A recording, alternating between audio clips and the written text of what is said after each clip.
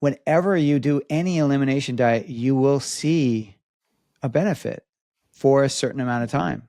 Doesn't matter which one, you will. The key though is that the healthiest for you? And that I don't know. So I am not in the job of trying to tell people what their diet should be, but I do believe your body does a very good job of communicating that to you. If you are following any diet and you're being dogmatic about it and your body is still inflamed, your skin is breaking out, you are struggling to sleep, you notice you're gaining weight instead of losing weight, like you don't feel good in your body, like that is a sign that whatever you're doing is not working. So I'm just all about like, just listen. But ultimately, where you want to default, if there is a default, it's just real whole food. And I look I look for that to include animal protein and fat. I look for that to, if you're so inclined, to include like vegetables and herbs and things that kind of excite you, like intrigue you. Let me ask you something. Did you ever listen to an episode of Ma'am and wish you could keep the conversation going? That, my friends, is why we created the Modern Ancestral Mamas Patreon community. When you join our Patreon community, you're not just supporting the podcast, you're gaining access to a private community of like-minded women who are navigating ancestral living in the modern world right alongside you. As a member, you'll receive free ebooks and downloadable resources, including things like cookbooks and practical guides to help you actually implement what we talk about all the time on the show. You'll also get exclusive Q&As with Christine and I, and sometimes with our guests, where we answer your personal questions and go deeper into the topics that matter most to you. Plus, you'll hear the bonus content that we have with our guests, extra conversations, and insights you won't find anywhere else. If you are craving that connection, more support, and more depth, then we want you to join us. Head over to patreon.com/Modern Ancestral Mamas and come be a part of the community. To Modern Ancestral Mamas. We are Corey and Christine, two millennial moms on a mission to bring ancestral wisdom to modern motherhood. Today's guest came on our show back in 2022 when we first started the show, when we were newbies at podcasting and had no idea what we were doing. And it was a fantastic interview, and we wanted to invite him back on to continue the conversation. We feel like he always has really valuable tidbits to share with our audience. So let's please welcome Chef James Berry of Eat Pluck to Modern Ancestral Mamas. Yay. Thank you for having me. Is this my second or third time? I think it's my third. It might. Is it? I don't even know now. I was going to say second. Really? But maybe it's the you third. You guys were pros the first time, so I'm shocked that you're like, oh, we were just starting. We were just starting. That was when I was recording in my closet, and it was like very cramped. And we did not post videos at that point. Okay, so we always do this where we are starting to talk about something before we hit record, but I stopped it this time. She did. And I said, we are going to, I killed the moment, but I'm going to restart the moment. So so we were talking about, well, here, James. I'll say my first, I'll say how we got into it, and then Christine can go into it. Actually, because your part is really important. Yeah.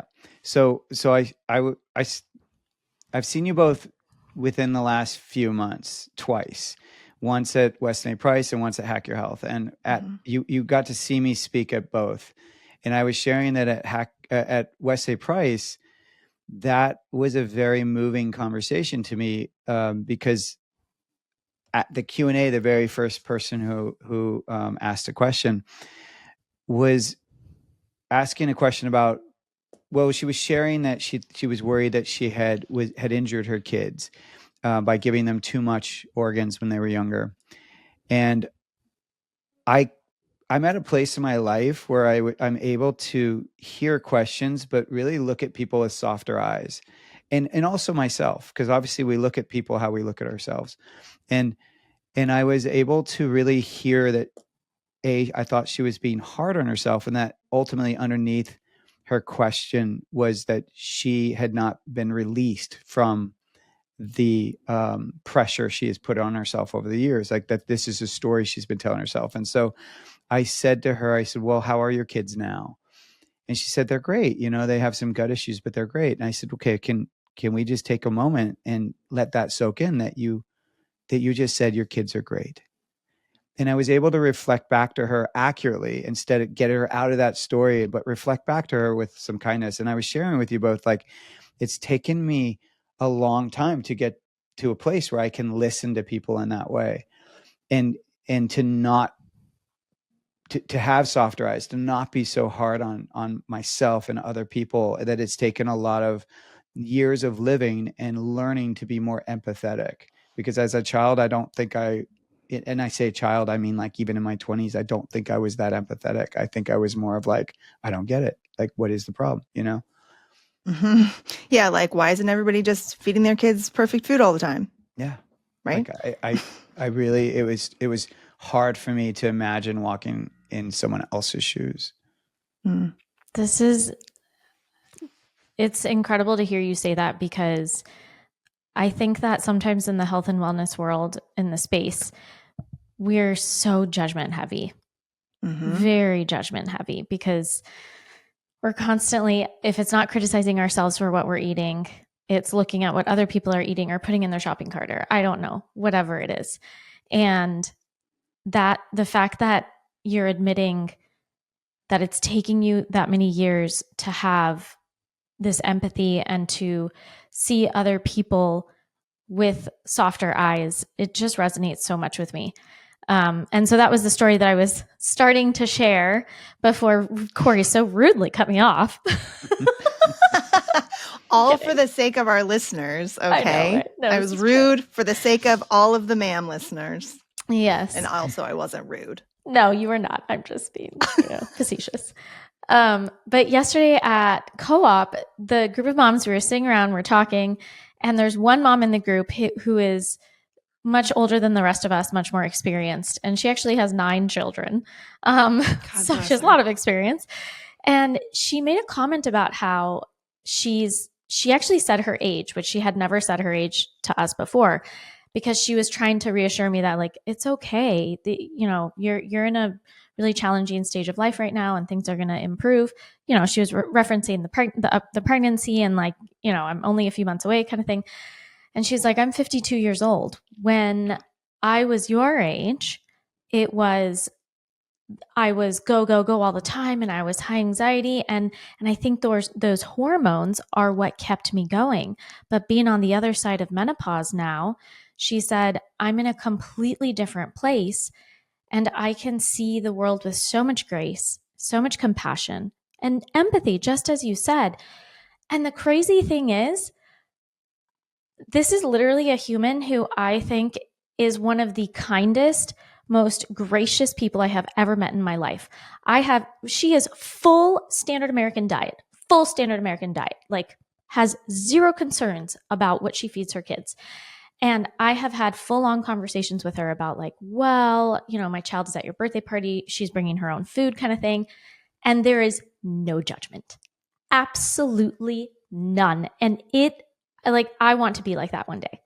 I want to be the person that, if you bring candy into my house, fine, you bring candy into my house. Like, but like, I want to have this grace for everybody. I admire the amount of grace that she has, and the lack of judgment, not lack, that's not the right word. She just doesn't have judgment for anybody. It's incredible. And I think that the world would be a kinder place if more of us were like that. I don't know. That's my crazy story. It's so interesting, like, your example of if someone brought candy into my house. For some reason, like,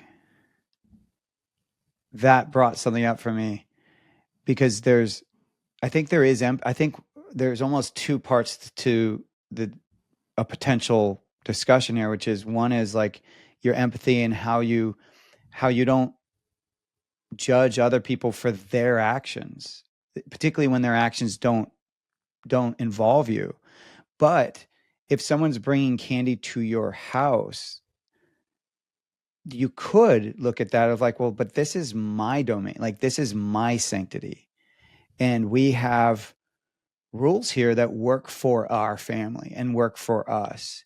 And you're putting your values into our sanctity. You know what I mean? Like, I could see how there's a potential difference, and almost like, particularly if the person knows your values, if you've shared those values with them, if they're in your life, that could be seen as like a slight of like, like I was like, this is not exactly the same.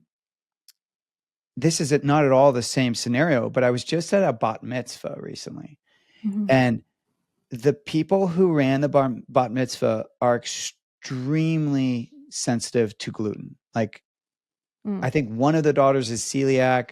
The others are very sensitive. Like, it's a big deal. Like, they can't even eat out very often, because if there's any cross contamination, the matriarch of the family will be like literally in bed for a month. Like, it's serious.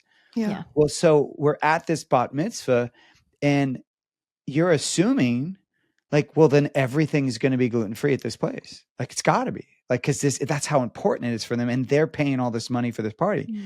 And what happened was, the caterer, while they had very clear instructions of, at least I assume they were clear instructions of things being gluten-free, they brought some gluten in, and that people ate it who were sensitive to it, not knowing, because we assumed it was this that they had brought. And I even looked at it and I was like, how is that gluten-free? Like, you never see gluten-free naan. And I was like, well, but I like doubted myself, because I was like, oh no, this, like, it doesn't look gluten-free. I know how hard it is to make that be gluten-free, but I'm just like, but it's gotta be, because this is, the so-and-sos. And my instinct was right. It was gluten.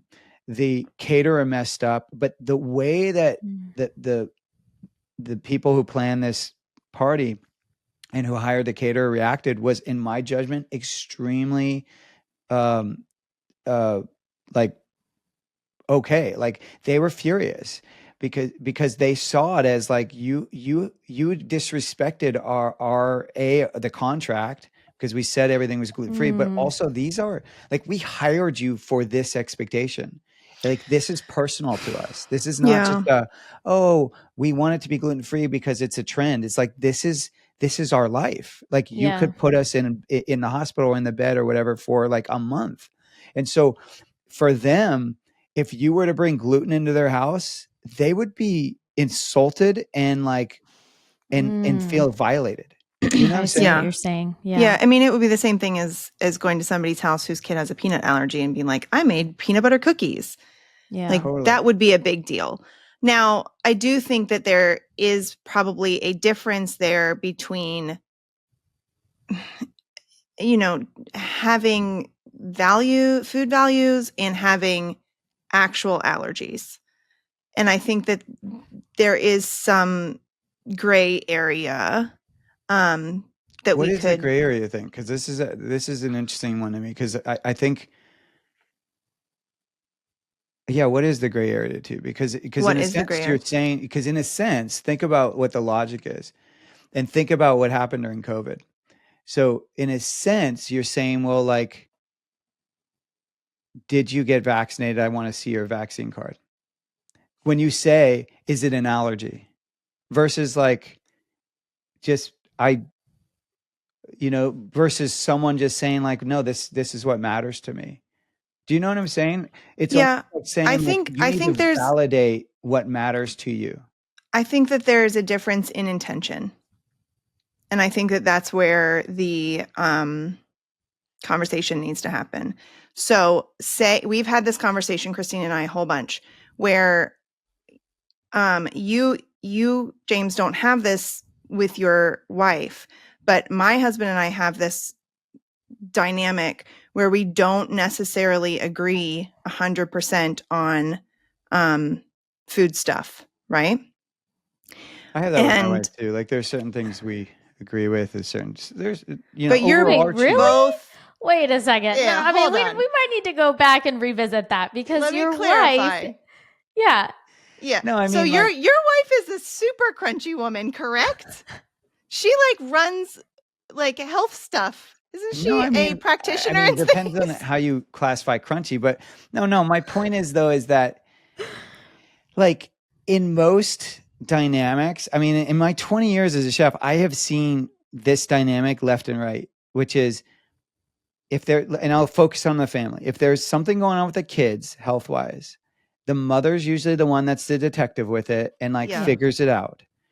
And then they're also the one that asks for help.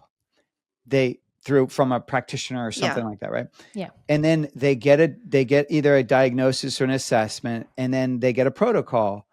And then the mother is the one who's like, yes, let's execute on this. And then the husband is the one that thwarts it. And I Yeah, say but husband, but it could be a divorce situation as well. It yeah. could be either or. So to me, I mean, I've seen it happen all the time. Like every time it's the male that mucks it up. And I see myself do that in my own family. Oh, Like I do, interesting. and I know better. And yet I still do it sometimes. And there's something about like I see the treats or like that kind of like bringing certain things into my kid's life as an experience. And I think it's because I was conditioned to think it that way, but I see it play out in other boys or men too of like it's like, well, let's go get an ice cream.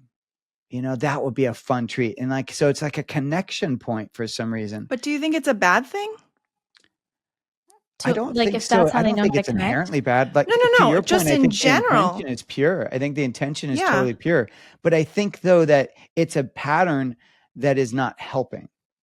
Like it's a pattern that I'm stuck in that I've been unsticking myself from. So part of what I've had to do is just start to really like be more intentional about like, hey, as a family, we're saying we are not going to bring certain things into the household. And me now having to reframe it in my mind of it not being about me providing an experience, but more me honoring the household.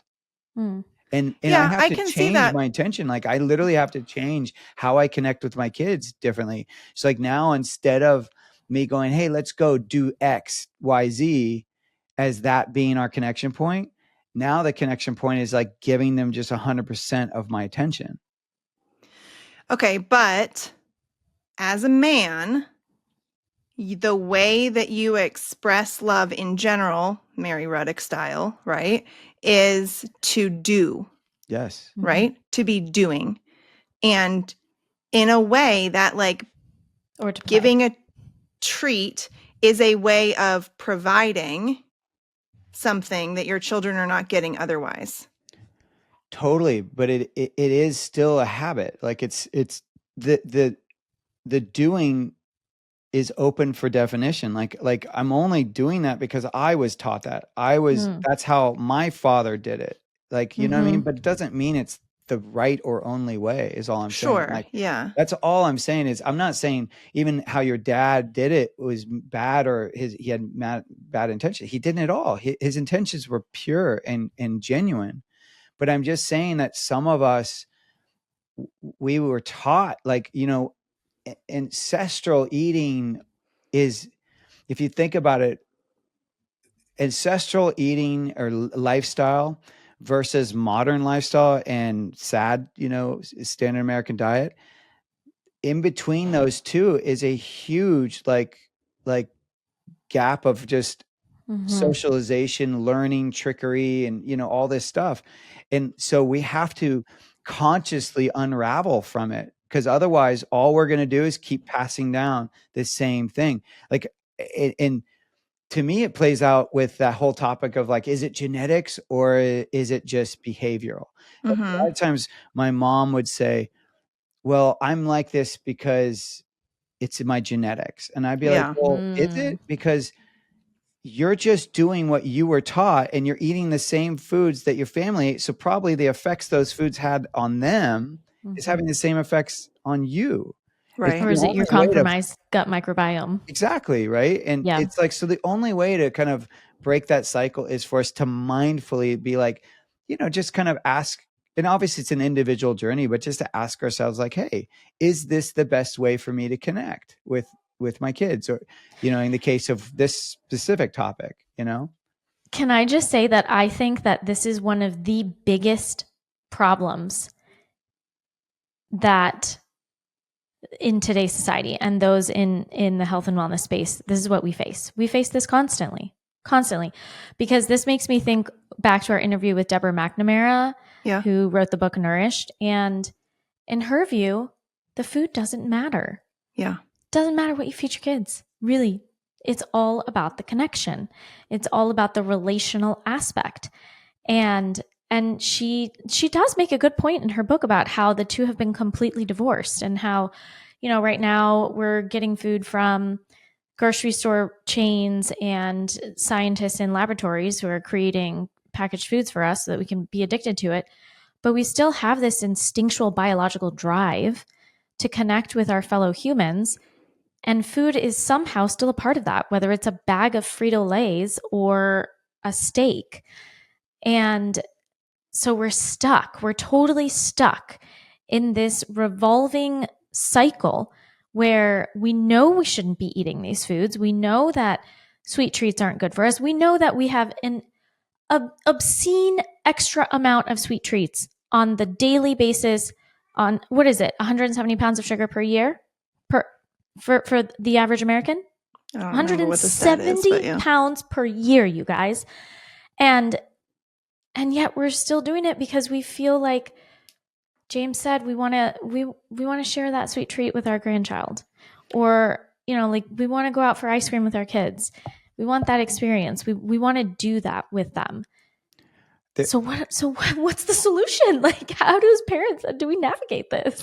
Wait a minute. I want to ask you though, Christine, because you said you think this is the biggest thing that we're dealing with. And do you think that the biggest problem that we're dealing with is connection, or do you think it's sugar? I just want to clarify that. I think the food is the She's saying the problem. lack of connection. I think the food is the problem. I think we are so lost as a species, and our microbiomes are so compromised, and that we are confusing sweet treats with connection. We're thinking that this is what is giving us connection with our family, when in reality there's millions of other ways that we could connect. And I don't think that that's how our ancestors connected. Sure, I think they sat around fires and they told stories, or they danced, or maybe they smoked a pipe. Yeah, probably. But I don't think that they were giving sweet treats to their kids as connection points. I mean, I don't know for certain, but I actually think that they did. I mean, I would say more. Well, I would hypothesize that if I came across a hive and I was able to collect some honey, I am going to bring that back to the tribe and be like, look what I found. Like, let's have a party tonight and enjoy this. Or if I found Yes. a berry bush, I'm going to collect as many of those as I can.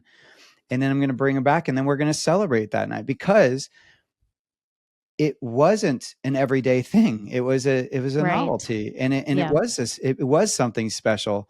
But I believe that was true, whether it was honey or berries or a rabbit or, Yeah. or, I mean, technically food was opportunistic and scarce, right? Like you couldn't go to the corner grocery store. Like, it was what you could forage. It was what you could hunt. It was what you found. And so there is a connection point that food provides, all food. And I would argue that the Frito-Lays, that it is okay, like, to that person's point, like, it is okay if that's how you eat. To me, what we want to focus on is less about the food and what is your desired outcome or your intention, right? To me, that's more important, because when I say, oh, the Frito-Lays are bad, well, that's really a judgment. Like it is, because for the Right. person who never eats that way and is only eating them for this one connection point on the 4th of July because that's how they enjoy it with their community or whatever, is it bad? Like they literally, it's the one day, we don't know their story, right? But I would say though, it is bad for the person whose intention is to, be a certain weight, to have a certain optimal health. You know what I'm saying? So it's like, I think, we can't judge the food unless we know what the person's intention is. Like if your intention is, I just want to like decompress and I want to go numb and I don't want to be in my body. Well, then having a pint of ice cream is pretty awesome. You know what I'm saying? Like it It's a good point. serves the outcome that you want. Or the But if mom your that like outcome is drinks like, wine at night or hey, I want my something. kids to thrive. I don't want us to be like having constant sugar highs and lows. I want us to really like have even keel, like, um, even keel behavior. And I want us to have clean skin and I want us to have, daily bowels movements. Like if that is your desired outcome, then yeah, there's going to be certain foods that you just don't pass go. Like that you're just like, yeah, this doesn't serve that desired outcome. But it's not my job to decide someone else's desired outcome. It's just my job to honor my own. Sure. Yeah. And I think that's why, like, to me, that's where it's like the whole thing about intention versus action really comes in play for me, because we have to like, and that's why I go back to, we have to be more mindful about our every step of the way, because there is trickery, there is uh there is ultra processed kind of like laboratory made stuff that is literally messing with our mind and our palate. Like it's physical, it's chemical, like it's not just theory. It's not like, oh well, this would be nice. I want to eat these Oreos and I don't want this to happen. It's like, no, it's chemically changing you. They've designed it that way. And it's forcing you to want more, and it's going to it's going to change your palate, and it's going to make you other foods taste different, like real natural foods taste different. And it's going to actually inspire you to keep wanting more. So Yeah. we have to be vigilant. Like if our desired outcome is to not fall into the sad diet, it's like, I really do believe ancestrally, or it's kind of like we're all living in this modern society, so we have to ancestrally be mindful, like mindful around our ancestry. And so how that looks to me is, figure out your desired outcome. If it is around optimization and health, then pick foods that have flavors found in nature, pick foods that are nutrient dense, and then be mindful about all of it, like how you cook it, how you eat it, who's around you when you are eating it. Like just be mindful of it so that you can actually reconnect with that ancestral knowledge of what your body needs and wants. But the only way to do it is to eat those natural, real foods, because those are the ones that are most aligned to this, this Homo sapien biology that we're in.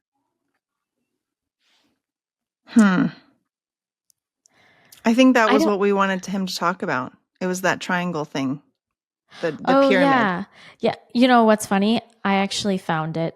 I did write it down. I You wrote did it write in it the down. notes of the outline. How brilliant am I? Did we say But this before we recorded or not? I can't remember. No, you didn't. No, it's Okay, fine. so let me clarify so everybody knows what we're talking about. When Christine and I saw James speak at one of the most recent events that we were at, he said something. I leaned over to her and said, "We need to talk to him about that on the episode." And then we couldn't remember what it was, but it turns out she wrote it down. So what was it actually? Let's just go. Can we? Exactly that. Yeah. But go ahead. The triangle that he was just referencing. Yeah. It was the triangle, and then it was about the neural lingual response. Yeah, I can elaborate on that, because to me, this is like ultimately what we're trying to do is we're trying to be in the present day, but be as authentic to our natural selves as possible. At least that's what I believe I'm trying to do. Is like I'm trying to be as human as possible in this modern society. but what is humanity? Like, Yeah, what does that obviously mean? that's ultimately the question. And so I personally side towards like, well, this is Homo sapien biology. Like the body we're in is considered Homo sapien. And it was, if you believe in this, it was developed over 200s of thousands of years ago. And that means, though, that the food we're currently eating and the way we're eating it and the agricultural systems and the grocery store systems, like that's only like 90 years, 80 years old. Like it's not that old. And so we have this biology that's wired, that's literally was conceived and built around hundreds of thousands of years of a food system that was very natural, very non-laboratory, very, very real based, right? To now being like at the place where, as Bill Schindler would say, we are the only species in the world that looks to someone else to tell us what to eat. Like, so Yeah. we're over 9 million species on the planet, and we all, like most of us, don't know how to eat. We look to someone else, whether it's an influencer or a doctor or a health practitioner, to say, hey, what should I be eating? Mhm. Right? But the biology knows what it should be eating. So how I look at it, like our job in this kind of modern society with all this kind of marketing kind of hubba love, whatever you want to call it, whatever bafooey hooey, whatever word you want to use, tomfoolery, that like this modern day kind of confusion is needs to be counteracted. Like we have to utilize the Homo sapien biology. And so where that comes from is like, well, back in the day, flavor equaled nutrition, first of all. And you were really trying to find out two key pieces of information from the food. And our biology was really designed to communicate two pieces, which is the food I'm about to eat going to nourish me? Or is the food I'm about to eat going to kill me? And it was that serious and that simple, because you didn't have, nutritional facts. You didn't have, any instructions on the food. It's like you really could pick the wrong mushroom. You, Mhm. you really could pick the wrong berry, right? And you could get severely sick and you could die. So we have a communication system that is truly built to communicate flavors, which will indicate, is this going to nourish me or kill me? It's also our senses, our communication points as well. They're going to draw us into things. They're going to inform us of what's inside something. Is it, like, for example, I use the example of, like, imagine you're walking on a trail, you spy something on the corner of your eye. It's bright red. You're like, what is that? It's now drawing you closer. And as you get closer, now your olfactory is coming into play. And you're like, I smell something in the air. What is that? And then as you get closer, it gets stronger. And now you're actually touching it. And you're like, wow, it feels plump. Like it feels like there's something in it, right? Because you can squeeze it and you can feel squishy something, right? So now you're getting even more information.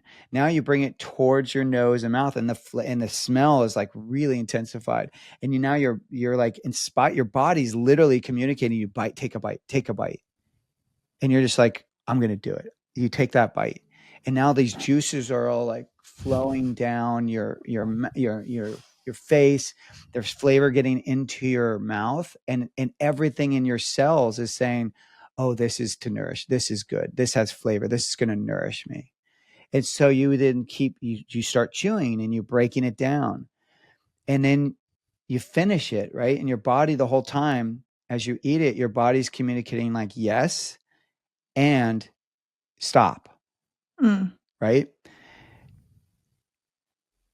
That communication pathway, that is the neural lingual response. It's the senses that we're getting once it enters our mouth, and as we chew it, it's also supporting digestion. The saliva is helping to break things down.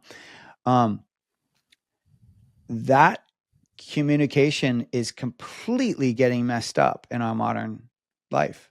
Not only because flavor now does not equal nutrition. So you can have something that has a strawberry flavor, but it has none of the strawberry nutrition. So then your body doesn't know when to turn off or stop. But two,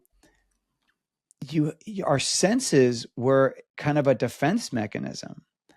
Like if you got something too bitter, that was a sign that there was probably poisonous, right?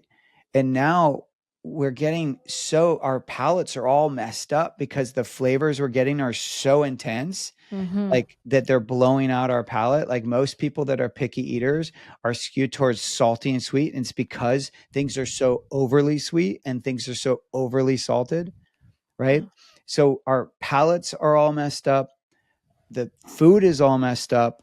And thus we are all messed up and now turning to others to tell us how to eat. So to me, the only way to get even closer to that ancestral knowledge, that innate knowledge of what our cells need to proliferate, be prolific and to continue to do the two things we're designed to do, which is survive and propagate. Right? That's why we're here. And the only way to do that is to access that pyramid, which I share, which is flavors that are found in nature, not natural flavors, no added flavors, but flavors that are found in nature, and then foods that are nutrient dense, and then be mindful through the whole process. And ultimately what we're saying is like, yeah, you got to choose single ingredient products whenever possible. So things that are an ingredient versus have ingredients. And then ideally you shop outside of your market, because the market is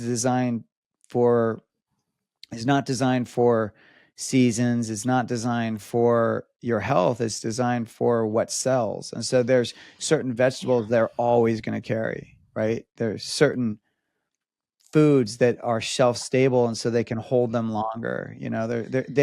Their emphasis for what matters to the store is so different than what matters to our health. And so if at all possible, you are going to some co-op that's more tied to seasons and tied to locality, and you are going to farmers markets and stuff like that, or you're even growing stuff yourself so that you can be more aligned with like what actually is being grown in the light from where you live currently. Yeah. Okay. I want to ask you something about that, because you live in a cold place. This time of year, it is cold where you live. And I am I'm so curious and interested in the seasonal living thing. I don't really do it. I mean, I'm not going to like buy strawberries in January because they just taste bad and they're really expensive. But I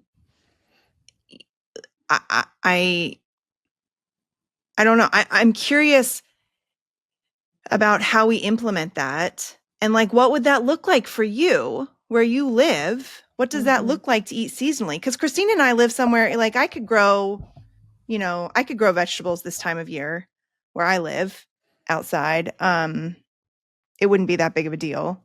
I don't have anything going in my garden right now, for the record, but it's not impossible, and even just 3 or 4 hours south of me, you could grow things all through the year. But where you live, you really couldn't. So like, what does that look like for somebody just in general? What does it look like in a modern world?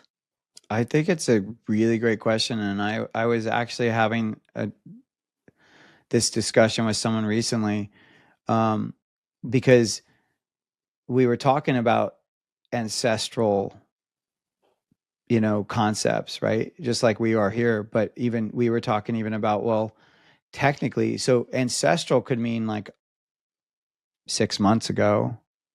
Sure. Right? Or it could mean 200,000 years ago. Yeah. Right? Like it could be our grandparents' decade or their lifetime, or it could be our great ancestors, right? Yeah. So depending on where you look, you're going to have a different outcome. So if I look at my extreme ancestors, like Paleolithic ancestors, they didn't have any they didn't have any refrigeration, right? So the season you moved to where food was, and you were opportunistic. You weren't like dogmatic at all, because if you were, you'd die. right? Yeah, but like even so, they weren't moving from from Massachusetts to Georgia in the span of a year. Which time period are we talking about? I mean, even like Paleolithic, they weren't moving that far. I You mean, think? We'll but see. they. I Haven't mean, heard I don't know. evidence of I'm that. not an expert around We'll that have to stuff ask Bill exactly. That's, I was about Schindler. to say, that's a Bill Schindler Yeah, that's a good question. question. But I mean, I think that people were more nomadic than you'd think, and I think also though they they um they did learn to store things as much as they could. You know, they created cold storage in the ground, of course, and things like that. Um, they learned to protect grain, you know, things that they did grow if they found or forage, right? But but if you think about even just like going back to our grandparents' age, or even our great great grandparents, they obviously did have storage, but they would be taking seasonal food and then they would be canning it. Mm-hmm. So they're eating things that are from the summer Mm-hmm. during the winter. So is that seasonal? And that's the Right. That's conversation the I was Well, having with them question. of like, well, what is seasonal? Because Yeah, because like milk and eggs are definitely not available in the winter seasonally. which is why they would a lot of times ferment the milk and why they would Right. also ferment the eggs, right? literally what I was going to say. I think that these foods are seasonable, but they're prepared in a way that makes them appropriate for that season. So the foods that you're discussing about canning, they're canning them, they're fermenting them, they're creating chutneys with them. Um, the meat, they're salting it. The milk and the dairy, they're making cheese out of. Mm-hmm. So yes, it might be the same food, but you're eating it in a different format. And in that different format that you're consuming it, it has, because it's been transformed, it has different nutrients I and totally agree. Like that probably maybe has the it's less nutrients about the you when, need. it's about the how. Yeah. Mm-hmm. Yeah, I totally agree because you know, yeah, when the milk is coming out of the cow, you're going to drink it fresh Sure. and you're going to get something different from it. Whereas when it's not plentiful from the cow, you're going to be fermenting it, what you did, Mm-hmm. you know, you already milked previously, and you're going to get a different nutrition and a different consistency and a different texture, whether it's from cheese or just like a kefir or whatever it is, right? Um, and yeah, I think it's an interesting because I think in many ways we are misinterpreting locality. We're like, I mean, it's still local to Christine's point. Like you still grew your food Mm-hmm. in your climate, but I think we're thinking of locality in the wrong way. We're thinking of it as like, well, that's all I should only be eating it when it's fresh. And it's like, well, no, that's that that's not Mm. opportunistic. We are human first, not ancestral. Does that make sense? Like that because an ancestral is a concept that we've invented, right? Of what that means. And as we just said, like ancestral could mean 6 months, could mean 2 years, it could mean 200,000 years, right? So really that's just a concept. But we're human first, and humans are opportunistic. So we need to eat and we need to fuel ourselves. So however we do that, we got to get it done. Yeah. So here's another interesting tidbit on that. Um, honey, sugar, maple syrup, these are all preserving things too. So is it that those are more appropriate in the winter because they would have been used to preserve things? And we need more calories probably in the winter to keep Stay warm. warm. Yep. Mm-hmm. Yeah. I don't know. That was just like a moment of realization. I mean, I think there is a lot of Add to the tribes that combo. eat a lot of honey and, they've found that they eat very sweet things, but I But I think, still think it's less sweet than today's average candy bar. yeah, I would agree. And I think you're also limited. Like you're not going to have it as much as you would now because Yeah. how much honey did you have access to? Well, and how much can you eat? Like really, Right. you could not eat spoonfuls and spoonfuls and spoonfuls of honey, just straight honey. Your body would start rejecting it. And that's the thing. Yeah. I think that's why it's even more important to not get so dogmatic. I mean, I know people that they were like, do you ever hear of Autogenous, the guy, the raw diet guy? I forget what he called it. It was a specific name for this diet, but Autogenous back in the day, and like, I don't know, when I was first out of culinary school, his stuff was really popular in Venice Beach area.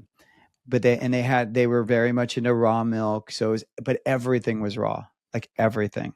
Oh, And yeah. it could even be meat, doesn't matter. Everything was raw. Honey, raw, right? So I know some of the people that were following his beliefs around diet. And there was this one guy who was a yoga guy, and he was like eating everything raw, but he was also doing tons of raw honey, like tons of it. Mm-hmm. And it was like he totally injured himself. Like he became diabetic. Like it was just like he did too Oh, much. And that's kind of my point. Is like, are you following what a dogma of like what someone told you should be doing, or are you listening to your body? Because your yeah. body won't let you do too much of something. Like it only does that if you're not listening. You know what I mean?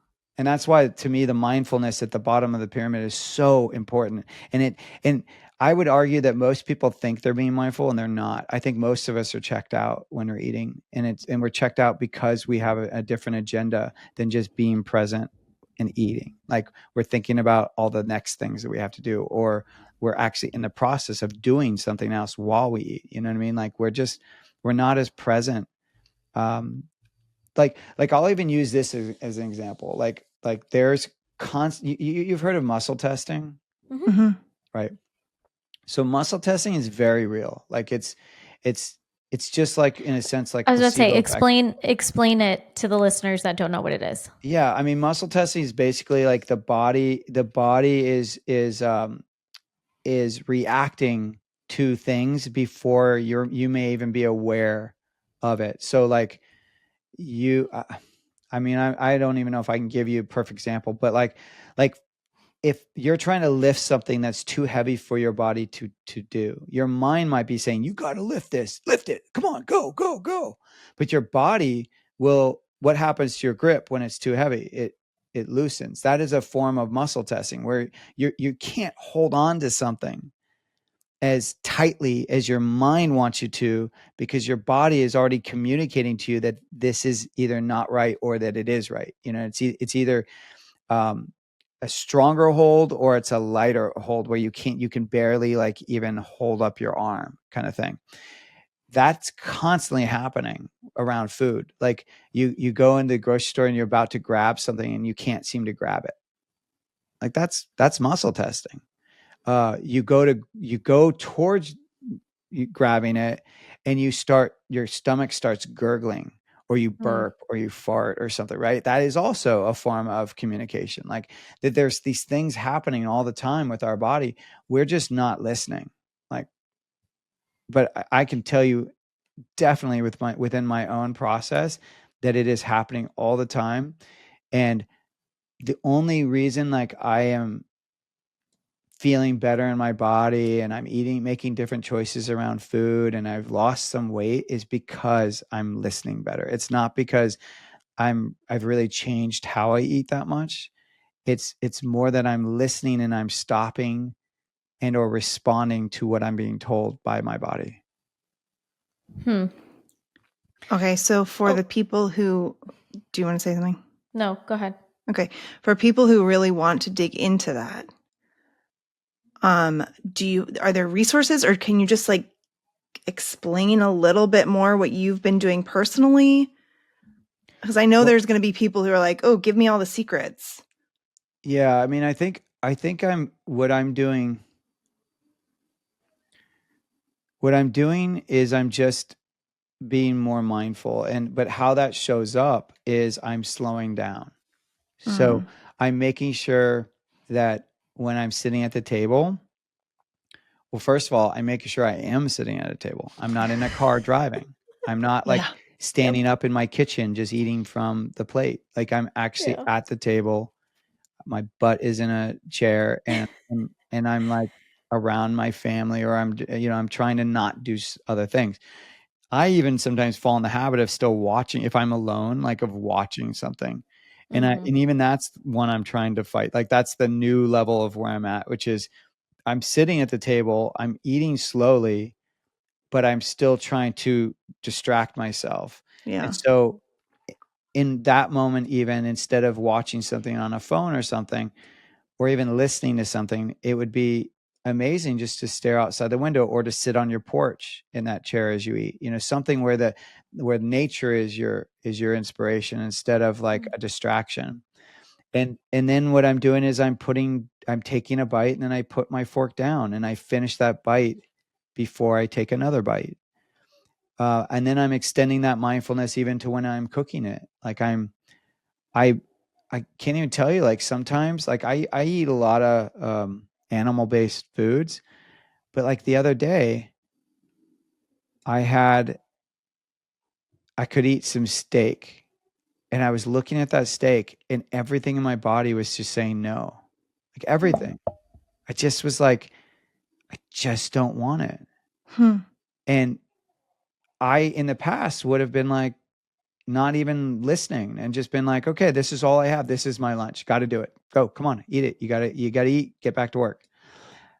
But now I listen to it and I'm like, you know what? I'm not going to eat that. I'm just going to trust that if my body's saying no, that it's a no.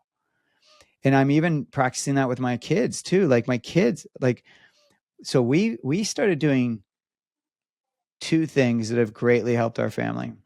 Mm. Is first of all, we noticed how our kids were. So when they were coming home from school, they were so hungry. They were like manic hungry and they would just Mm-hmm. snack because they get home from school at 3:15, 3:30, and yet we would always eat dinner at 5 or 5:30. So there's 2 hours where they were just starving and they would just go crazy finding stuff. Mhm. So we like after years of like living that way, my wife was just like, let's just have dinner earlier. And I'm like, Yeah. yeah, That's Christine's hack too. like let's Yeah. just do I it. totally agree with that. So now we just have dinner ready at 3:30 or 4 and the kids are not snacking as much and they're eating all of their food. And you know what's wild, James? I don't know if you experience this, but my kids aren't hungry after that. There is no Rarely, yeah, like, I agree. can Rarely I are have a they, but snack before dinner? yep. Or You I'm mean sorry, bed? before bed. Mm-hmm. They might have a glass of milk or I don't know, maybe I'll make a cup of tea, but it's not like, oh, they need another meal before bed. No, you're right. It's like a little snack, if anything, and it's not big at all. You're right. Yeah. So that has changed us. And then the other thing is, what was I going to say? I mean, it's like, yeah, making it earlier. And I mean, there's so many other things I could say, I guess, but there was No, one you I said had. there were two. Yeah, there were Yeah, there definitely was two. one I specifically was thinking about that was also tied to that. Um, I can't, I don't know what it is right now, but the reality is that we are making more things from scratch. Um, I'm making this like gluten-free kind of sourdough bread now. And like, even though it's a pain in the butt sometimes, like I'm just like, really? Because what I find is like I'll make it. So I make two loaves at a time and they're not huge, but they're like that big. So I make two at a time, but it's so good and tastes so much like real bread, not like typical gluten-free bread, like truly tastes like you wouldn't know kind of thing. And that my family goes through those two loaves of bread within like 4 days. Mm-hmm. Mm, Like like I said, they're not huge, but they're going through it more than they would if it was store-bought bread. They're Mm-hmm. going through it faster. It's a part of me was like, oh man, this is such a pain. I got to make it every 4 days, right? But my wife was pointing out, she's like, but do you notice like, yeah, they might be eating this, but do you notice they're not eating as much of those crackers or the stuff that we bought from the store anymore? mm, And I'm like, you're right, actually. Like, so it's this kind of switch over of like, oh yeah, I'm making something from scratch. I'm controlling the ingredients. It's way healthier than anything you would find in the store. It's also better. mm-hmm. and it's affecting downstream. It's affecting the other food choices my kids have. Like my daughter, one of my daughters now is having like a sandwich every day with it now, opposed to where she used to have like, I don't know, sometimes it would be like a hot dog or something. I don't know. It was just like more, even more of a processed kind of meat. But now it's just like, I don't know. I feel like she's, if anything, getting more protein, you know what I mean? Like than she used to. And she's getting some more vegetable. It just feels like, to my wife's point, is like the kids are making better choices, despite the fact that we're having this bread. So I don't know, Okay. that those two feel like game changers for us. Like just acknowledging like, yeah, there's certain things that we're going to keep making from home. And yes, it's a bread, but we're going to keep doing it. And then we're eating dinner earlier. If you love Modern Ancestral Mamas, we want to invite you to come a little closer. We've officially opened our Modern Ancestral Mamas Patreon community.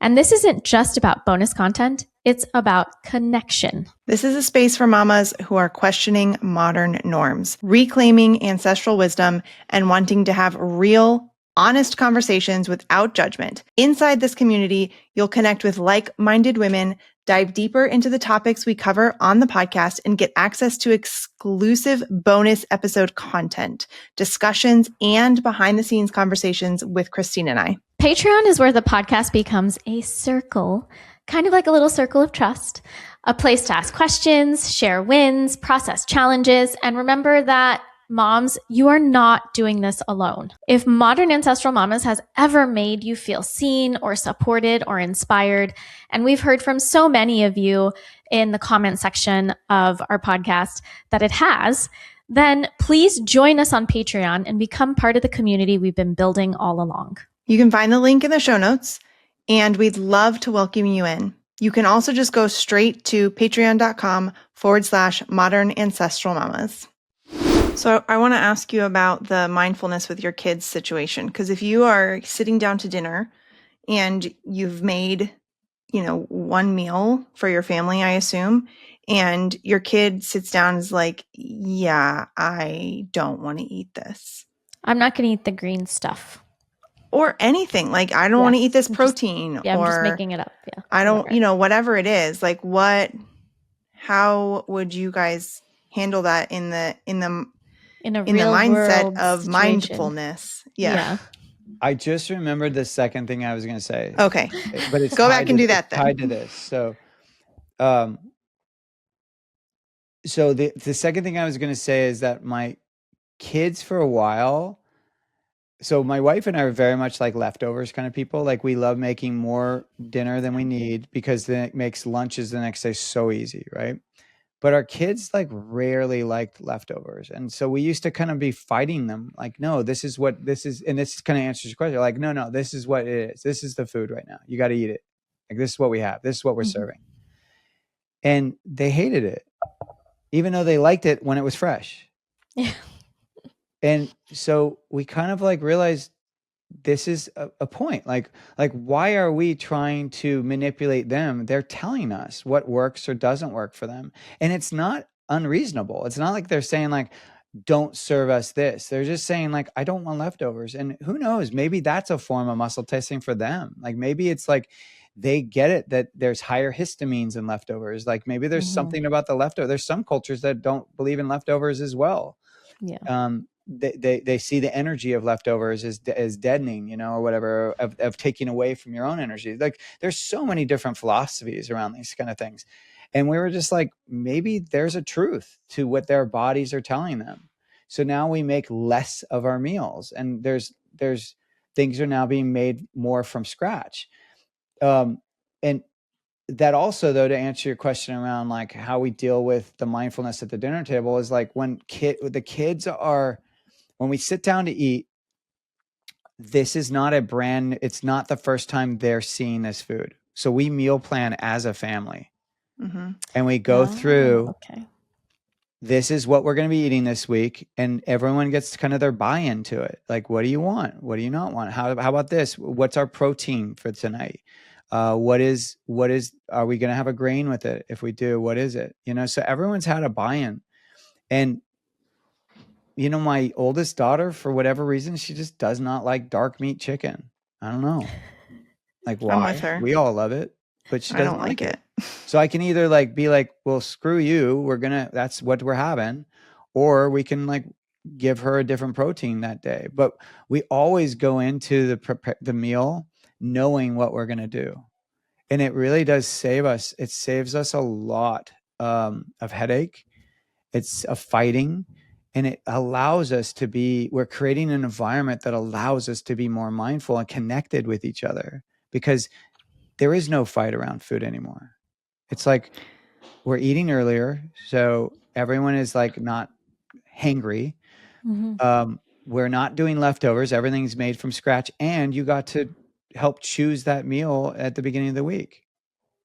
So Yeah. it really has, it's created a to go kind of full circle back to what we started at. It's like where we connect with food. It's allowed us to really connect as and dig in as a family, instead of focusing on like the granularities of the food. And you know what, it's actually making me, I've never thought of it this way, but I'm actually realizing this is what we're doing. So there's this idea when you first have a kid where you can try to leave your environment the same way and not baby proof it and all this stuff, and basically co-create an environment where you're going to have to tell your kid no a lot, because you didn't change the environment, but you did change the environment because you brought a kid into it, right? But you're just not changing the environment around the kid, right? So in that situation, you are forcing your hand that you are going to have to be more disciplinary, because you're not shifting the environment to the fact that you now have a little toddler who's going to be touching everything, right?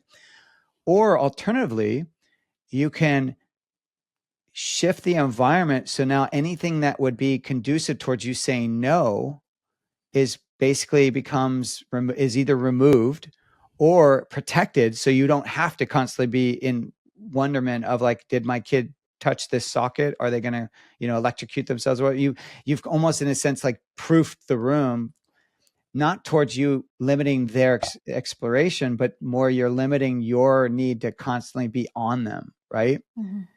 That is kind of what we're doing in our kitchen by listening and adjusting our practices to working for the whole family versus just our sensibilities. I think I think the buy-in is brilliant, and inviting your kids to, my kids actually really like going through recipe books and picking certain meals from recipe books. So if your kids are old enough to do that, that's another fantastic way to include them. And they can be old enough, and just if there's photos, they can just visually, Exactly. they can just pick it by the photo. That's like, I think the age is, you can mix that up if you need to. It's just make sure you pick a cookbook with lots of photos. Yeah. But this concept of a buy-in at the meal, I think, is really important, because that is one way that we expose them to the food that they're about to eat, and that we empower them to want to sit down and eat it. And there's a lot of different ways to do the buy-in. Yeah, you're not. It's not like I'm saying like. Well, not. What? What were you gonna say, Corey? No, go ahead. Oh, I was just gonna say it's not like the buy-in is like you're gonna say your kid's asking for Oreos and you're like, okay, yeah, we'll have Oreos. It's like, it's not that kind of buy-in, right? Just to distinguish that, because I know there's probably some people listening to like, well, but my kids are gonna try to buy into all this crazy stuff. It's like, no, you're still abiding by the household rules of like, this is what we bring in our kitchen and this is what we don't. Like, so my kids aren't buying into anything weird or like out of the ordinary for us. They're simply just saying like, hey, we're gonna have a chicken. We like the other night we had chicken thighs with mushroom and sage. So we're like, that's what we're having, but you don't like thighs. So what do you want instead of the thigh? I'll have breast, or I'll have sausage, or what, you know what I mean? It's not like the meal is changing them. It's still the same meal. They're just getting a different protein. So it's a buy-in that works for us. It's not one that works for the kid necessarily. You know what I mean? Like it still has to fit within our sensibilities of what we will allow, but we're just letting the kid have a say. Mm-hmm. So you're not letting the kid hijack the whole family. You're Yes. letting the kid be a part of the family, which is essentially what's happening. Which is, yes. And I'm glad you're wording it like that, because that is a very important distinction, because a lot of people are letting kids hijack the household. And that I am very against that. Yeah, I think especially when it comes to food. Definitely. When any parent out there is making multiple meals, making Yeah. a kid's version of an adult, of the meal, like that is, the kid has hijacked your kitchen and you're letting it happen. Yeah. Yeah. Yeah, but I think that what you're talking about is going to eliminate so many power struggles, which is where a lot of, the picky eating problems come in, is where kids feel completely out of control. And, food is one area that they really can control because they can control what goes into their mouth. So, Christine can talk about this a lot more than I can, but giving kids the sovereignty really to voice their opinions around that, it seems like a really good idea. It's working. I mean, obviously it's harder to do when the kid's 3, but our kids are 9 and 13, and they have sovereignty, like they have an opinion, and and I've thought a lot about this. Like, I think one of the big, and this is ultimately the difference between what we were talking about around male and your dad or my dad, or just those generations, is those like previous generations were kind of taught to not really consider their own feelings. They were taught to, like, this is what you're going to do, so do it. Like they were kind of like taught to toe the line. And I think if anything, we've gone almost too far to the other side now, where we're considering feelings almost too much. We're letting that kid's feelings almost dominate too much. And I think that's where the kid hijacks. But I do think, like, the generation we're in now, we have the ability to observe and to really just kind of look at things and not be so like, this is how it has to be. It's like we can actually take a step back and just kind of like observe and assess, like, is this the best way to do it right now? Just be curious. I think our generation has the luxury to be more curious. Previous generations didn't have the luxury. They had to do, particularly coming out of the depression, like you did what you did to survive. Like, and it's what served your family or your community. You didn't think about yourself. And now, because we have the ability to kind of think about ourselves, that we also have the ability to be more curious about things. And I really think that that, like, looking at my kids and going like, well, my daughter just does not like, I don't know, I'm just going to make this up, but like, she just doesn't like eggs. Like, I've tried making them scrambled. I've tried to make them only whites, yolks, whatever. She just doesn't like them. So I could be like a Weston A. Price, or saying like, no, but eggs are so important. It's a perfect food. You have to eat eggs. And I could make it a fight every morning or every time we go to eat, and make it something that they have to do. Or I might be able to be curious and go, I wonder why she doesn't like eggs.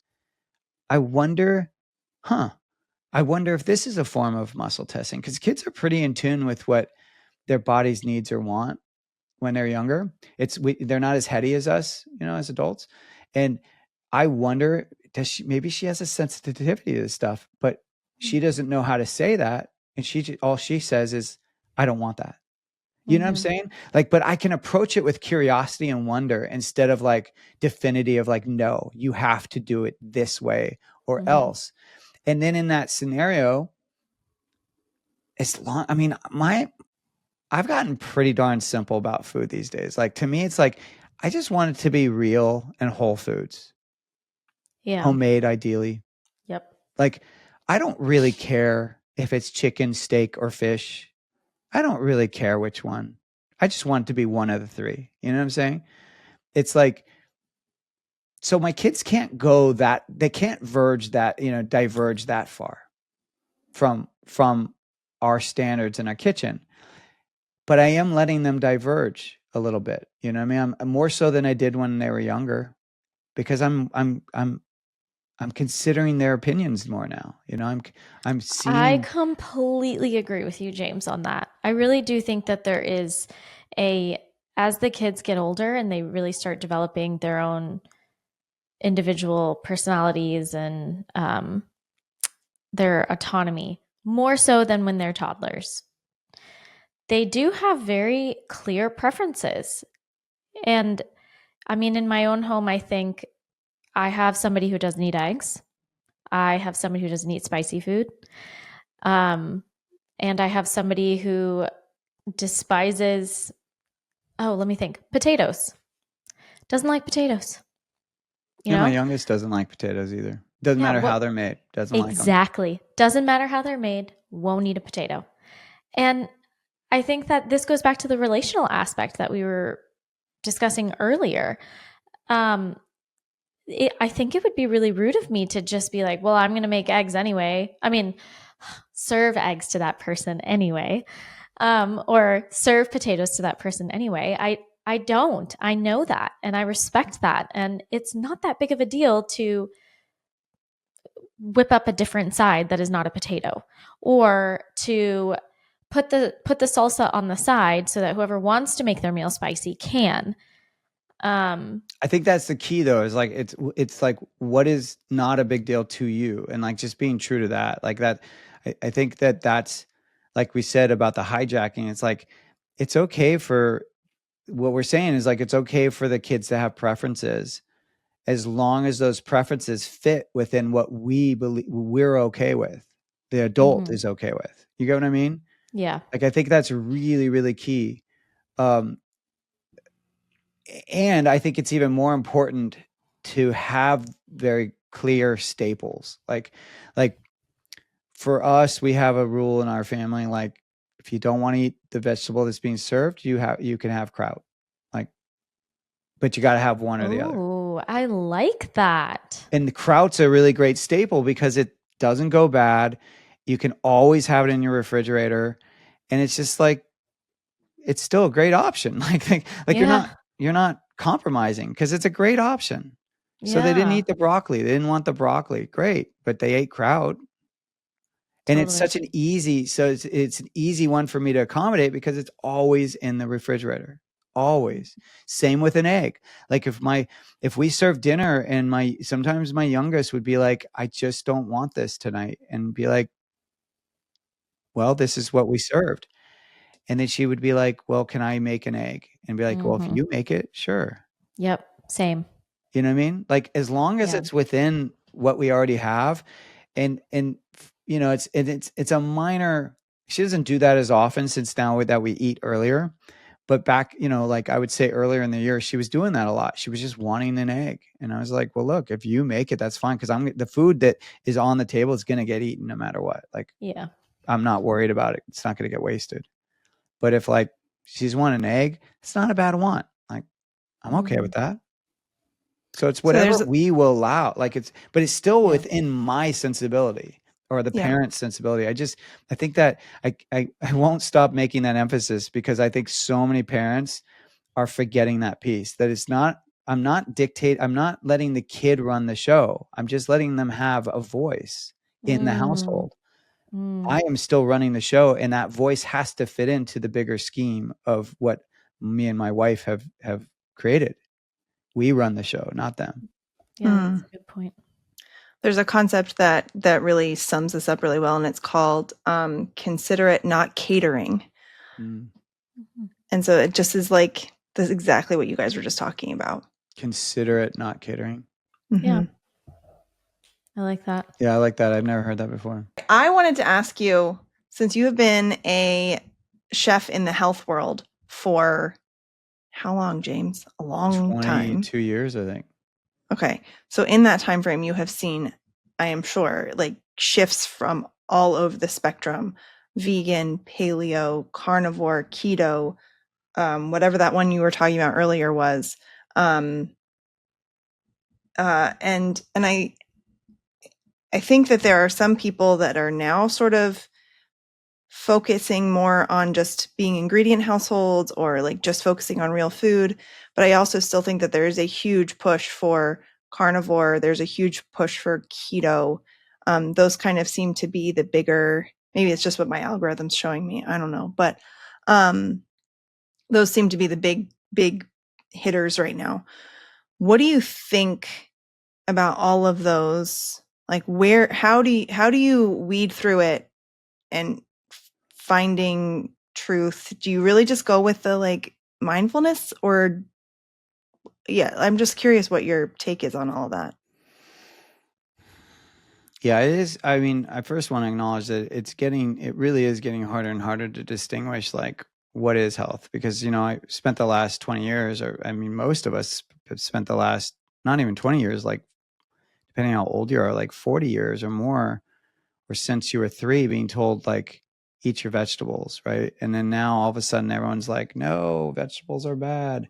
And then now we're getting these new camps like, no, fiber is important. You got to eat, Yeah. 30 vegetables, different types of varieties of vegetables a week to have a good, healthy biome, gut biome. So all to say, like, it really is challenging to like know what is right or what's not right. And how I kind of look at it is like, look, the nutritional science is like at its infancy. Like the amount we know is minuscule to what we don't know. There's so much we don't know. And because we're caught in this system of like people trying to invent new things to fill deficiencies, we're kind of it's just confusing things even more, right? Because it's not like we're going, hey, we've kind of mucked things up, let's go back. No one's going back. Everyone's just gonna, no, let's just figure out how to get this isolate and this, this um peptide and that and this, and like let's figure it out, like what's going to be the most absorbable. And it's like, to me, it's kind of like, I always think of it like the poultry industry. So the poultry industry starts putting birds in these cages and noticing that they're pecking at each other and trying to hurt each other. So instead of going like, oh, well, maybe they shouldn't be in cages, they go, no, let's just burn off their beaks. You know what I mean? Like, so, and that's exactly what we're doing with food and nutrition as well. Like we're not looking at what maybe we went down the wrong path. We're just trying to biohack the current path. So how I look at it though is, but we are still human. And despite all this noise, we do know, like our bodies do have needs and wants around food. The basis of that need and want has not changed. It's still real whole foods. And if you look at any diet where you're eliminating certain things, like carnivore is an elimination diet. We cannot pretend it's not. It is. When you eliminate everything but meat, that's an elimination diet. The opposite end of that is Vegan. It's an elimination diet. Whenever you do any elimination diet, you will see a benefit for a certain amount of time. Doesn't matter which one, you will. The key though is that the healthiest for you? And that I don't know. So I am not in the job of trying to tell people what their diet should be, but I do believe your body does a very good job of communicating that to you. If you are following any diet and you're being dogmatic about it and your body is still inflamed, your skin is breaking out, you are struggling to sleep, you notice you're gaining weight instead of losing weight, like you don't feel good in your body, like that is a sign that whatever you're doing is not working. So I'm just all about like, just listen. But ultimately, where you want to default, if there is a default, it's just real whole food. And I look I look for that to include animal protein and fat. I look for that to, if you're so inclined, to include like vegetables and herbs and things that kind of excite you, like intrigue you. Like I know that when I was carnivore, I did a 30-day carnivore and I was craving salad, like craving it like crazy. Right. So that would have been something in that instance that intrigued me and excited me. So it's like, like, so now how I eat is I eat a lot of, not a lot, but I eat all animal based as the bulk.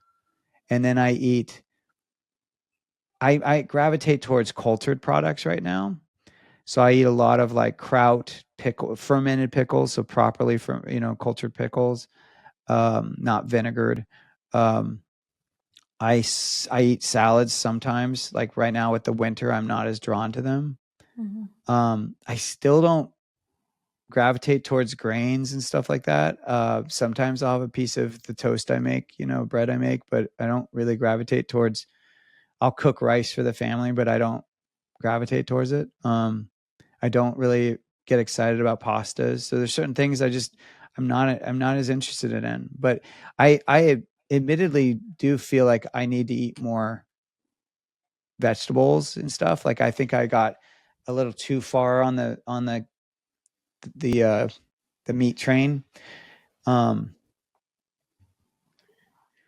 and that's because my body was telling me something's not like I was eating primarily animal meat, like for years, and my weight was just not moving. Like, and my visceral fat was pretty high, and it just wasn't budging. So that's a sign. Like my body's saying, "Hey, I'm not going to release here. You're still off." And I would also add that I really do believe that we should be eating a mix of fatty meats, but also lean meats and fish in particular. I think that that's one that I want to be eating more of. And I really just instinctively feel like fish. I don't care about the whole mercury kind of stuff. Like just eat smaller fish. But like to me, the benefits far outweigh the the issues that could come from it. And so fish is one that I'm really not shellfish. I don't really care for that personally. Like I'm not a big shrimp guy or lobster guy or anything like that, but fish, like whether it's sardines or salmon or, um, whatever you can kind of get your hands on, that's a smaller fish that is going to have like those essential fatty acids. But I really believe that we're suffering because we're not eating enough fish personally. Yeah.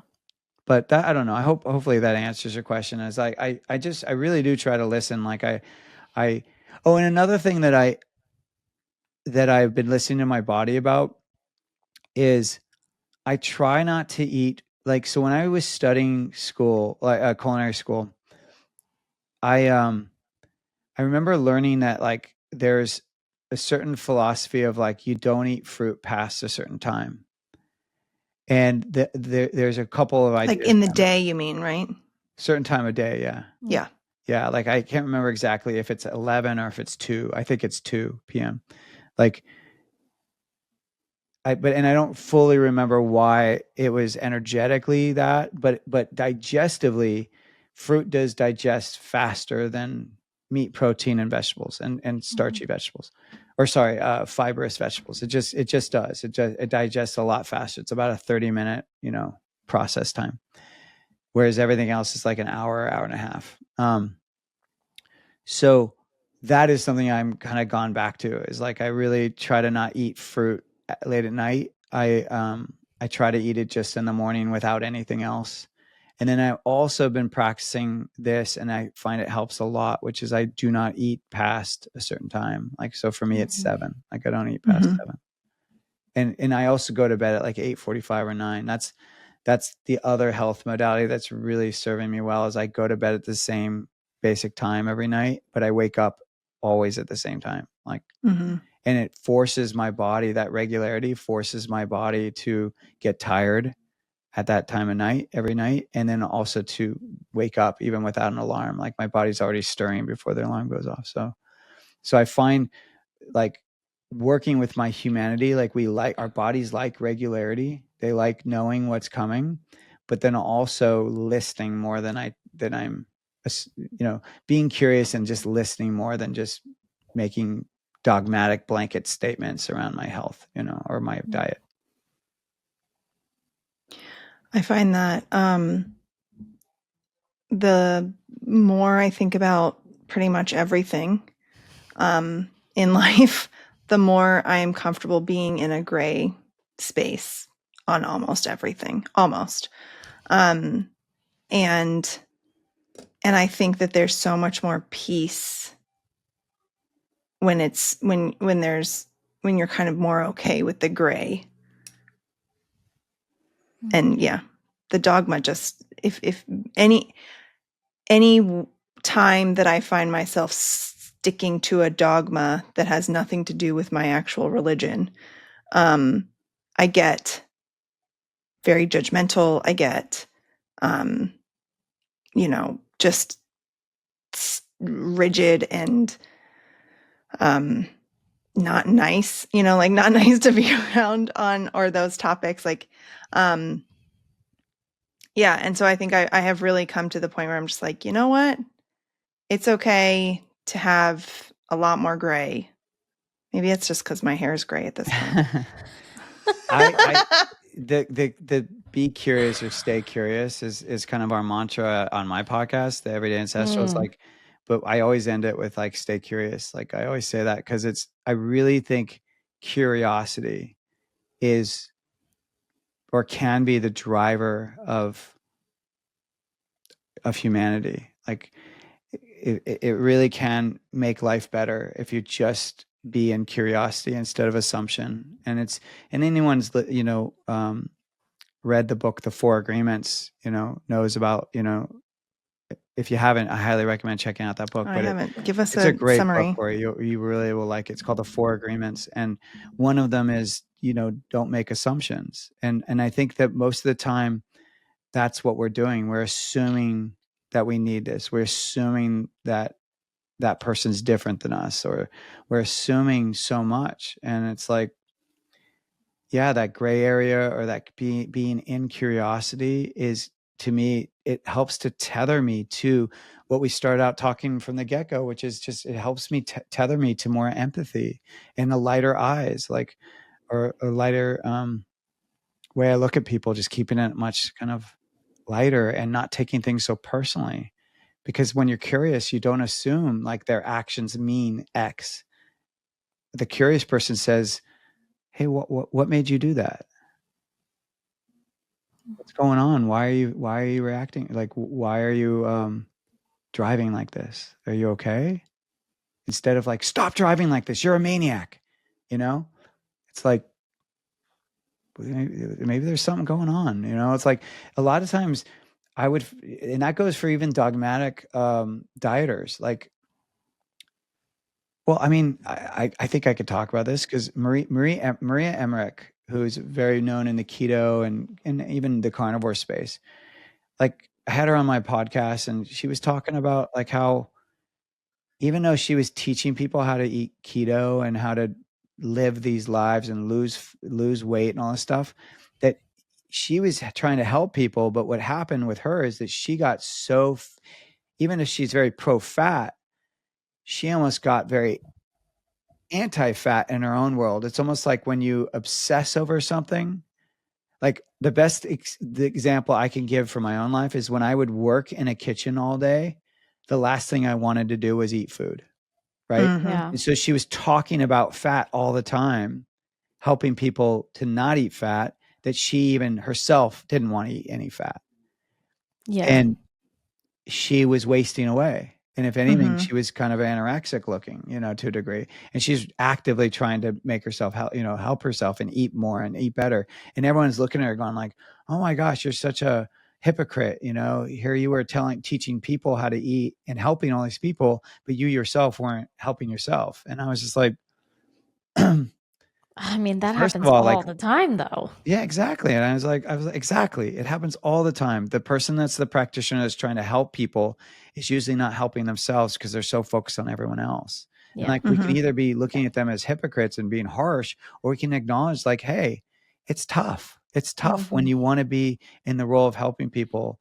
It's really hard when you're spending so much time on others to then like take the time for yourself. That being human and being of service is challenging.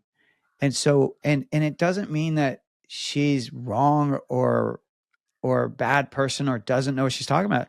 She very, if you talk to her, she very much knows what she's talking about. She's very educated, very smart, and very good at what she does. And sometimes we can't see the forest through the trees, right? It's like, Mhm. if it's like we can see it in others but not ourselves. And that the fact that she's staying curious with it though, and she was hospitalized, and then like that process has got her to like reevaluate things, like, so she's now in a place of like really trying to um change how she focuses on her own health. And I personally see that as like, well, that those trials and tribulations make her even a better practitioner, because she's now in the gray area. She's not in the black area. She's really in the area of like, look, I messed up. Like, and I'm trying to do it better, and I'm going to be transparent about my process and let you in on it. And so she's Mm. not hiding from the process. It's not her dirty little secret. It's like, it's that, yes, this happened, and I'm going to build muscle, and I'm going to get, start taking, reshape my body, and I'm going to let you in on that process. So I don't know. I look at people like her process. I look at it with such softer eyes. It's like, I know in the community, there's some other people who have been very dogmatic carnivores who are now saying, "Oh, I'm actually eating more fish and some vegetables now," and it's causing an uproar. And everyone's like, "How could you? You're wrong!" And it's just like, man, just let. It's Let not people be hurting anyone human. else. Like, let people. What did you say? I said, let people be human. Yeah, let people let people go down the path that feels right, and let them Mhm. listen to their bodies and see what works for them. It's the only way any of us can get back to that ancestral knowledge. You have to be willing to go down any path, good or bad, and be willing to be humble enough to acknowledge, hey, I went down this path and my body didn't like it. So now I'm going down a new path. I have so much respect for the people who have spouted one thing and then come back and said, hey, you know what? Yeah. I was wrong. Yeah. Or, hey, you know what? That worked for me for a while. It's no longer working for me. Like I understand that it would be very difficult to come out and say that as somebody who has spouted any dogma for any period of time. Mm. But for anybody who is willing to say, I was wrong, I have reevaluated, I have changed my mind, like changing your mind is actually a strength. Being able to change your mind, to look at things differently, to be confronted with new ideas and new evidence, and to be able to say, okay, I was wrong, or that worked for then and now it doesn't work. Mhm. I just find that to be really something that I see is much more powerful than people, I think, feel like it is when they are in the position of being of needing to admit that they were wrong. And it can be frustrating. I mean, like, I remember like early on, there was someone in the space that was a vegetarian, and her partner at the time, or I can't remember if his husband or boyfriend, was becoming pretty well known. It was Morgan Spurlock was the guy getting very well known, and it was his girlfriend, or whatever she was, wife at the time, and she had gone to the same culinary school as me, and she was getting, through him, she was kind of getting known as like, oh, I'm plant-based and all this stuff. And it's like, so sometimes it's frustrating because you're like, see them going dogmatic, and you're just like, you're not going to be able to stay there. Like I've been around the block long enough, and I'm just like, enjoy this while it lasts. Or like, and you're seeing her kind of like go down a specific path. It doesn't matter, she or him go down a certain path, and you're just like, like, it's easy to get bitter and be like, like they're getting so big, and they're so much bigger than me, and they're getting well known, but that what they're doing is not right in your opinion. And so it's like so easy to judge and like to feel spite and all this kind of stuff. And even in those kind of moments, I'm now kind of like just going like, you know what? You do you and I'm going to do me. And I'm not going to let who I am be determined by what you're doing. I'm just going to be fully me. And you know what I mean? So I'm like, even reframing that kind of stuff helps. It's like, it's like, don't play small. Like if you believe something, then go all out with it. If that's your, your desired job or whatever, to be an influencer or to support people's health, it's like, go all out while it's your thing, go all out. And when it's not your thing, then go all out there. But like, I don't know. I don't know exactly my point there, but I guess more just saying like, I think both coexist. Like sometimes like you can be someone who wants to be curious and stay in the gray area, but then at the same time, you'll see someone who's being black or white, and you'll I don't know, it can be triggering, Yeah, I think that's right. I think that it's especially for people who have been doing, let's just, focus on the real food thing. If you've been doing it for a while, and then all of a sudden 2020 happens and it's the cool thing to do. And you're like, wait a minute, I've been here for 12, 15, 20 years. I never got, like, I was always the weird one. I was the one who people were like, didn't want to hang out with because I was, milling my own flour, and that was weird. But now it's cool and everybody wants to do it. And you're like, not asking me questions about it. You're asking the person who just started doing it last week about it. And you're like, but I know more because I've been here longer. And that can get frustrating completely. I think we could all probably say that because we were all doing this before COVID. Before it was cool. Totally. Yeah. James longer only because you're older than we are. But like, it absolutely, like, somebody was on one of those, somebody that we know was on one of those like round table things where it's like these people are on this side of this discussion and these people are on this side of the discussion, and they're like hauling insults back and forth at each other, and they're trying to, state their point and whatever. I'm like, that, it like interests me none. Just none. Like, I'd much rather jump on a podcast and have, I'm okay with being pushed, with being given different information, but like, I don't want to be having to be combative. Like, I would much rather jump on here with like James or somebody that we find interesting and have a discussion and that sort of thing, and not have to, it's a lot. I love talking with you guys. I actually have to run soon. Yeah. But we're nearing the end of our time. But I always love talking with you, and I love seeing you when I do see you. You both are lovely spirits, and I agree with you. Like, whoever you are, however you show up, that's you, and it's lovely. Do you want to take a minute and talk about Pluck, like just a hot second, Pluck? Yeah, I could just say, because I think I literally have a minute. No. Okay. Yeah, it's okay. But we can put all the links in the show note. Pluck is awesome. Oh, thank you. So Pluck, it's a way to get organ meats into you and your kids' diets as easy as just salting your food. And we've got lots of new product coming, and I'm just super excited. We're going to keep getting as much nose to tail into your diet as possible. We're even going to have a sardine line for those of the people that resonated with me saying that we need to get more fish into our diets. And so I'm super excited to be supporting people's health, and we have a lot of big announcements coming. And so check us out at eatpluck.com or follow us on socials at eatpluck as well.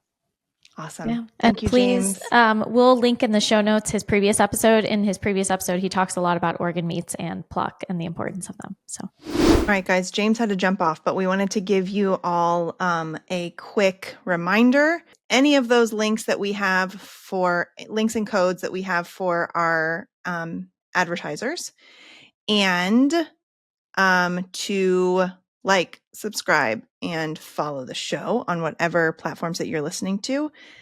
So like Apple and Spotify and YouTube, and to share it with your friends and to share it on your socials and all of that stuff.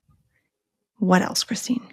Hit the bell button on YouTube, subscribe, rate and review us, leave a comment. We love reading the comments. They make us so happy, and we enjoy sharing them with you guys as well. So if you love what we're doing, that is the easiest and a free way to support our efforts. Yep. So thank you so much. All right. So Christine is at Nourish Littles. I'm at 4 Nutrient Steak. The show is at Modern Ancestral Mamas. Those are all on Instagram. So that is all we have for today. Thank you so much for listening. Bye. Bye.